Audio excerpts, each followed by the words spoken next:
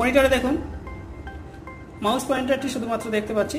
Mouse click করছি আমি, দেখুন মাউস লাইট জ্বলছে, মাউস ক্লিক করছি, দেখুন দেখতে পাচ্ছেন মাউস সরাচ্ছি, মাউস পয়েন্টার সরছে, নাম্বার লক দেখুন কাজ করছে।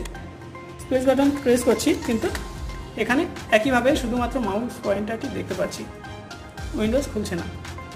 তাহলে কি করবেন? এই ধরনের সমস্যা হলে কিবোর্ড থেকে কন্ট্রোল অল্ট এবং ডিলিট কি প্রেস করে এই ধরনের অপশন চলে আসবে, এখানে ক্লিক করব, এই যে দেখুন রিস্টার্ট, এখানে ক্লিক করব, দেখুন উইন্ডোজ খুলে গেছে। রিস্টার্ট করার পরেও যদি সঠিকভাবে উইন্ডোজ না খোলে তাহলে একবার নতুন করে ওএস ইনস্টল করুন, অথবা হার্ড ড্রাইভটি যদি খারাপ থাকে হার্ড ড্রাইভটি চেঞ্জ করে দিন।